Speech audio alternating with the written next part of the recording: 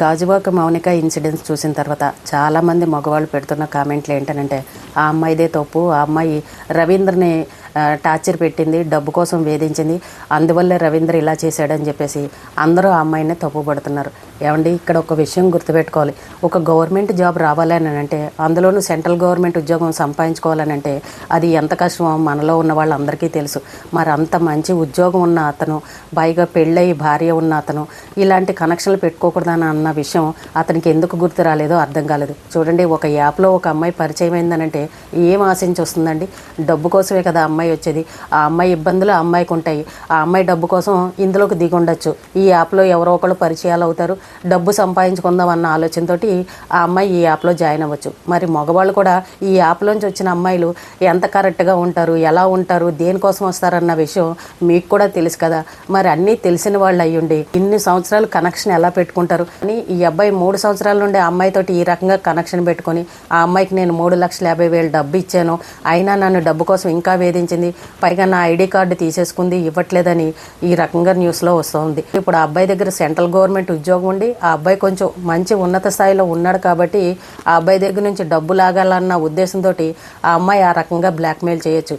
ఏదైనా సరే ఒక గవర్నమెంట్ ఉద్యోగం చేసేవాళ్ళు ఇలాంటి కనెక్షన్లకి ఎంత దూరంగా ఉంటే అంత మంచిది. ఇప్పుడు ఆ అబ్బాయి ఆ అమ్మాయి మీద అంత కసి పెంచుకున్నాడని అంటే ఈ అమ్మాయి కూడా ఎంతో కొంత టార్చర్ పెట్టే ఉంటుంది కదా. అసలు ఈ అమ్మాయి ఆ యాప్ల్లో జాయిన్ అవ్వాల్సినంత అవసరం ఏంటండి? పాపం తల్లిదండ్రులు అమాయకంగా చెప్తున్నారు. మా అమ్మాయి పార్ట్ టైం జాబ్ చేస్తుంది SBI బ్యాంకులోను, తర్వాత ఈవెంట్లకు వెళ్తుంది, కష్టపడుతుంది, మా అమ్మాయి దగ్గరే బోల్డ్ అంత డబ్బు ఉంటాయి, మా ఇంట్లో అందరం కూడా మేము టీచర్ జాబులు చేసి సంపాదించుకుంటాము, ఎవరు కూడా ఒకరినొకరు అప్పు అడుక్కోము, ఎవరికి ఏది కావాలంటే అది ఇంట్లో కొనుక్కొస్తూ ఉంటాం, మాకు డబ్బుకు లోటు లేదని తల్లిదండ్రులు చెప్తున్నారు.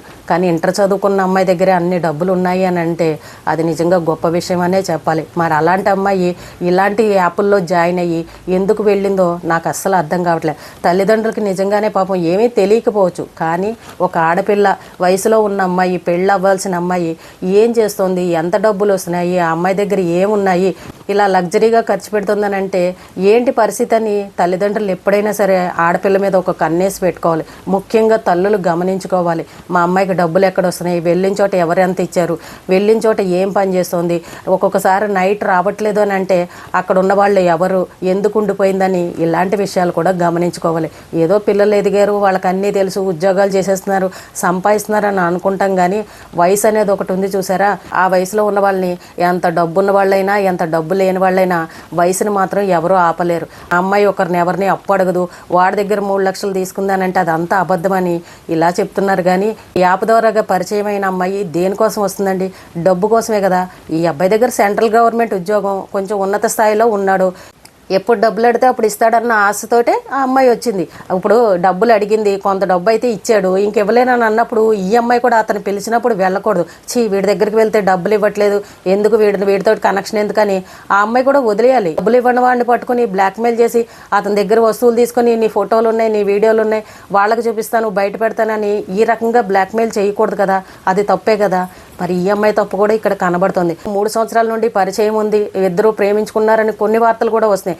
మరి ప్రేమించుకున్నప్పుడు ఈ అబ్బాయి పెళ్లి చేసుకున్నాడు, భార్య గర్భవతి అయింది. మరి పెళ్ళి అయిన తర్వాత అయినా సరే ఈ అమ్మాయి అతనితో కనెక్షన్ మానేయాలి కదా. ఒక డేటింగ్ యాప్లో పరిచయం అయిన అమ్మాయిని ప్రేమిస్తున్నాడని ఎలా అనుకుంటామండి? ఏ అబ్బాయి పెళ్లి చేసుకుంటాడు? ఆ యాప్లో పరిచయం అయిందని అంటేనే వేరే రకంగా చూస్తారు. మరి అలాంటి అమ్మాయిని ఈ అబ్బాయి ప్రేమించినట్ట? ఆ పిలిచినప్పుడల్లా అమ్మాయి వస్తుంది, ఈ అబ్బాయి డబ్బులు ఇస్తున్నాడు, ఇద్దరు ఎంజాయ్ చేస్తున్నారు, ఎవరి దారిని వాళ్ళు వెళ్తున్నారు. లాస్ట్కి వచ్చేసరికి ఇంకా ఈ అమ్మాయి ఎక్కువ అమౌంట్ ఏదో డబ్బు అడిగినట్టుంది, ఇంకా అతను పెట్టలేక ఈ బ్లాక్మెయిల్ చేస్తుంది కాబట్టి ఈ రకంగా చేశాడని ఈ వార్తలు కూడా వస్తున్నాయి. ఏదైనా సరేనండి, అక్కడ ఏదో ఒక బలమైన కారణం లేకుండా ఇలాంటి పని అయితే ఎవరు చేయరు. ఈ రోజున ప్రతి ఒక్క మగవాళ్ళు ఇదే కామెంట్లు పెడుతున్నారు. ఈ అమ్మాయి ఒక్కతే కాదు, చాలామంది అమ్మాయిలు ఇలాగే అబ్బాయిల్ని బ్లాక్మెయిల్ చేసి వేధించే వాళ్ళు ఎక్కువైపోయారు. ఆడపిల్లలు కాబట్టి అందరూ ఆడపిల్లల మాటే వింటారు, కానీ మగవాళ్ళ మాట ఎవరూ వినరు. ముందేదో మామూలుగా ఒక రేటు మాట్లాడుకొని సింపుల్గా ఎంజాయ్ చేద్దామని వస్తారు, తర్వాత నువ్వు ఎంత ఇయ్యి అంత అని డిమాండ్లు చేసి వాళ్ళని బ్లాక్మెయిల్ చేయడం, సీక్రెట్గా ఫోటోలు వీడియోలు తీయడం, ఇలాంటివన్నీ కూడా చేస్తున్నారు. చాలామంది అబ్బాయిలు ఇలాంటి సంఘటనలు ఇరుక్కున్న వాళ్ళు కూడా ఉన్నారని, డబ్బులు ఇచ్చి సెటిల్మెంట్లు చేసుకున్నారని కూడా చాలామంది మగవాళ్ళు కామెంట్లు పెడుతున్నారు. అంటే ఆడపిల్లల ప్రవర్తన చూడండి ఏ రకంగా ఉందో. అడిగినంత డబ్బు కనుక ఇవ్వలేదు అని అంటే వీళ్ళ ఫోటోలు వీడియోలు సీక్రెట్గా తీయడం, పబ్లిక్లో పెడతాను, నీ పరువు తీస్తాను, నన్ను ఇలా రేప్ చేశాడని చెప్తాను వదులుతానని అంటే ఆడపిల్లల మాటే వింటారు ఎవరైనా సరే. అంటే ఆడపిల్లల మీద సానుభూతి చూపించేస్తారు. ఇద్దరికీ ఇష్టమయ్యే కలుస్తారు, కానీ వాటి వల్ల ఎంత ప్రమాదం అనేది ఎవరూ గుర్తించరు. ఇప్పుడు ఆ అబ్బాయి వెళ్ళి జైల్లో కూర్చున్నాడు. పాపం భార్య గర్భవతి, బిడ్డ పుట్టిందనుకోండి, తండ్రి ఏడే అని అడిగితే ఏం చెప్పాలి? ఆ తల్లిదండ్రుల పరిస్థితి ఏంటి? కనకొడుకు వెళ్ళి జైల్లో కూర్చుంటే వాళ్ళు కడుపు నిండా అన్నం తినగలరా? కంటి నిండా నిద్రపోగలరా?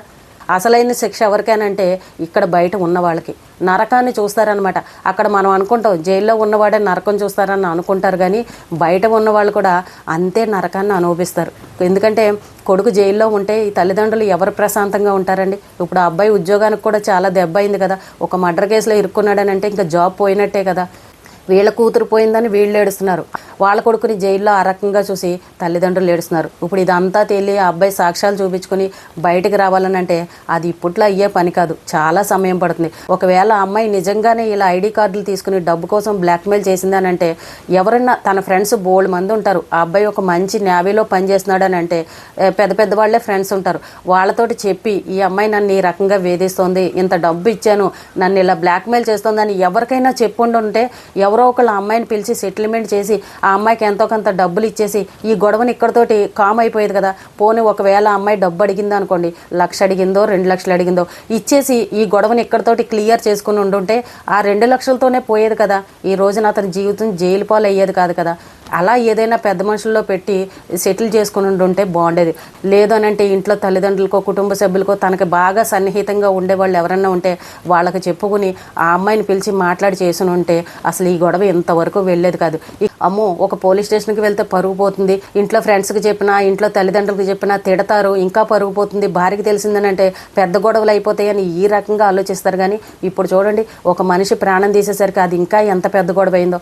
ఇప్పుడు పోలేదా పరువు? ఇప్పుడు జైలుకి వెళ్తే పరువు పోలేదా? జీవితకాలం జైల్లో ఉంటే ఆ నరకాన్ని అనుభవించాలి కదా. చిన్న దాంతో పోయేదాన్ని పెద్దదాన్ని చేసుకుంటారు. పరుగు పోతుందని ఈ అబ్బాయి ఆలోచించాడు, నలుగురికి తెలిస్తే ఏమవుతుందని ఆలోచించాడు. కానీ ఇప్పుడు జీవితమే పోయిందనంటే ఏమవుతుందని ఆలోచించారా? క్షణికావేశంలో చేసే తప్పుల వల్ల జీవితాలు చూసారండి ఎంత నరకంలోకి వెళ్ళిపోతున్నాయో.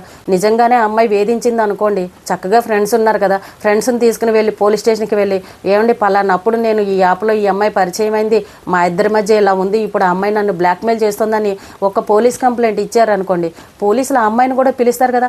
ఆ అమ్మాయి పోలీస్ స్టేషన్కి రావాలని అంటే ఆ అమ్మాయి కూడా కొంచెం అవమానంగానే ఉంటుంది, సిగ్గుగానే ఉంటుంది. అప్పుడు ఆ అమ్మాయి కొంచెం భయపడి సైలెంట్గా ఉండేది కదా. అక్కడే పోలీసులు ఇద్దరిని 4 తిడతారు, ఏదో ఒకటి సెటిల్మెంట్ చేస్తారు, అక్కడితోటి ఆ గొడవ అయిపోతుంది. కలిసి ఉన్నంతకాలం చక్కగా ఎంజాయ్ చేస్తారు, అన్నీ బాగానే ఉంటాయి. ఏదైనా చిన్న విషయం దగ్గర తేడా వచ్చిందనుకోండి, ఎక్కువగా డబ్బు విషయాల్లోనే గొడవలు వస్తాయి. ఇలా అమ్మాయిల అబ్బాయిల మధ్యన ఆ డబ్బు విషయాల్లో గొడవ వచ్చినప్పుడు ప్రాణాలు తీసేస్తూ ఉంటారు. ఎవరో అమ్మాయి రమ్మంది కదా అని ఎగేసుకుంటూ వెళ్ళిపోవడం, లేదంటే ఎవరో అమ్మాయి దొరికింది కదా అని తీసుకొచ్చి ఇళ్లల్లో పెట్టుకోవడం, ఇలాంటి తప్పులు మాత్రం అస్సలు చేయకండి. మీరు సరదాగా తీసుకున్న ఫోటోలు వీడియోలు అవే మీకు ఎప్పుడో అప్పుడు పీక మీద కత్తిలాగా అవుతాయి. ఈ రోజున ఆ ఫోటోలు ఆ వీడియోల కోసమే కదా ఇప్పుడు ఈ అబ్బాయి భయపడి ఈ రకంగా చేశాడు. ఎవరి పిల్లల మీద వాళ్ళకి నమ్మకం ఉంటుంది, ఎవరి పిల్లలు వాళ్ళకి గొప్పగానే చెప్పుకుంటారు. ఎవరు కూడా మా అమ్మాయి అలాంటిదని ఏ తల్లిదండ్రులు బయటకు వచ్చి చెప్పుకోరు. కానీ కూతురు ఏం చేస్తుందో అనేది ఆ తల్లిదండ్రులకు కూడా తెలియని పరిస్థితి. ఇప్పుడు పోలీసులు అన్నీ చెప్పారనంటే అవన్నీ నిజాలే కదా. వాళ్ళిద్దరికీ కనెక్షన్ ఉన్నమాట నిజమే. ఎంజాయ్ చేసినంతసేపు 3 సంవత్సరాలు ఎంజాయ్ చేశారు. తర్వాత ఆ అమ్మాయి డబ్బులు అడిగింది, ఇవ్వలేదు, ఇంకా బయట పెడతారని బ్లాక్మెయిల్ చేసేసరికి ఆ అబ్బాయి కోపం ఆవేశం తట్టుకోలేక ఈ అమ్మాయి పెట్టే ఫోటోలు వీడియోల వల్ల నా భార్య నన్ను ఎక్కడ వదిలేస్తుందో, అసలే గర్భవతిగా ఉంది, తొందరలో బిడ్డ పుట్టిపోతుందన్న ఇదితోటి కావాలని ఈ అమ్మాయిని ఏదో రకంగా వదిలించేసుకోవాలి, ఇది బతుకుందానంటే నా జీవితానికి ఎప్పటికైనా సరే ప్రమాదమే, భార్యాభర్తలు ఇద్దరిని విడగొట్టేస్తుందని అన్న భయంతో ఆ అమ్మాయిని ఆ రకంగా చేశాడని అయితే అనిపిస్తుంది. అలాంటి వార్తలే వస్తున్నాయి. మగవాళ్ళందరూ ఈ రోజున చెప్పే మాట ఏంటంటే ఇలాంటి ఆడవాళ్ళు చాలా మంది ఉన్నారండి, బ్లాక్మెయిల్ చేసి ఎంతో డబ్బులు లాగేస్తున్నారు, మగవాళ్ళు బయటికి చెప్పుకోలేకపోతున్నారు అని అంటున్నారు. సిగ్గులేదా అండి ఆ మాట చెప్పుకోవడానికి? ఏ అమ్మాయి ఊరికనే వస్తుందండి మీ దగ్గరికి పిలవగానే? డబ్బు కోసమే వస్తారు వాళ్ళు. అలాంటప్పుడు మీరు వెళ్ళకండి, మీ జాగ్రత్తలో మీరు ఉండండి. బయట సొసైటీలో ఇలాంటి మనుషులు ఉన్నారు అని అన్నప్పుడు అలాంటి జోలికి అసలు వెళ్లకుండా ఉండడమే మంచిది. ఎక్కడైనా ఒక సంఘటన జరిగిందని అన్నప్పుడు మిగిలిన వాళ్ళు కూడా అలర్ట్గా ఉండాలి. ఆ అమ్మాయికి ఇష్టం లేకుండా అయితే ఆ అబ్బాయి ఇంటికి వెళ్ళదు కదా. కొంతమంది కోపం రావచ్చు, మా పిల్లల్నే తప్పు పడతారని. తప్పు పట్టడం కాదండి, అది వయసు ప్రభావం.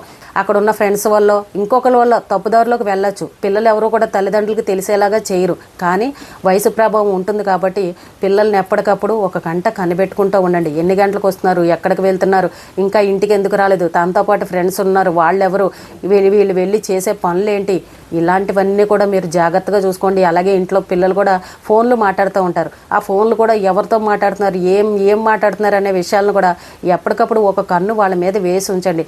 ఎక్కడో ఒక చోట పిల్లలు అనుమానంగా మనకు దొరుకుతారు. దొరికినప్పుడు నిలదీసి అడగండి. లేదు అని అంటే ఏదో ఒకటి ఎవరి పిల్లల్ని వాళ్ళు జాగ్రత్తగా చూసుకోవాలండి. ఏదైనా మొత్తం జరిగిపోయిన తర్వాత అవతల వాళ్ళు 4 తిట్టినా, అవతల వాళ్ళు జైలు పాలు చేసినా ఏం ఉపయోగం ఉండదు అండి. ఇంట్లో ఉన్న తల్లులు ఆడపిల్లల మీద ఒక కన్ను వేసి పెట్టుకోవాలి. రోజులు అసలే బాగోలేవు. ఈ రోజున మగవాళ్ళందరూ ఆడపిల్లల్ని ఈ రకంగా నెగిటివ్గా మాట్లాడుతున్నారని అంటే ఎంతో కొంత నిజం ఉండబట్టే కదా వాళ్ళు కూడా ఆ రకంగా చెప్తున్నారు. ప్రతి ఒక్కరూ ఇదే మాట చెప్తున్నారు. ఆడపిల్లలు ఇలా ఉన్నారు, చెప్పిన మాట వినట్లేదు, తల్లిదండ్రుల మాట వినట్లేదని ఎంతోమంది చెప్తూ ఉంటున్నారు. అంటే సొసైటీలో ఆడపిల్లల్లో ఎంత మార్పు వచ్చిందనేది మనం దీన్ని బట్టే అర్థం చేసుకోవాలి. అంతా జరిగిపోయిన తర్వాత అబ్బాయి తప్పు అమ్మాయి తప్పు అని మనం చెప్పేస్తాం, కానీ అది అనుభవించే వాళ్ళకి మాత్రమే తెలుస్తుంది. అబ్బాయిలు జాగ్రత్తగా ఉండండి. ఇలాంటి వాటి జోలికి మాత్రం అస్సలు వెళ్ళొద్దు. మీ జీవితాలను మాత్రం నాశనం చేసుకోవద్దు. ఈ రోజుకి ఇదేనండి. రేపు మళ్ళీ ఒక మంచి విషయంతో మళ్ళీ కలుద్దాం.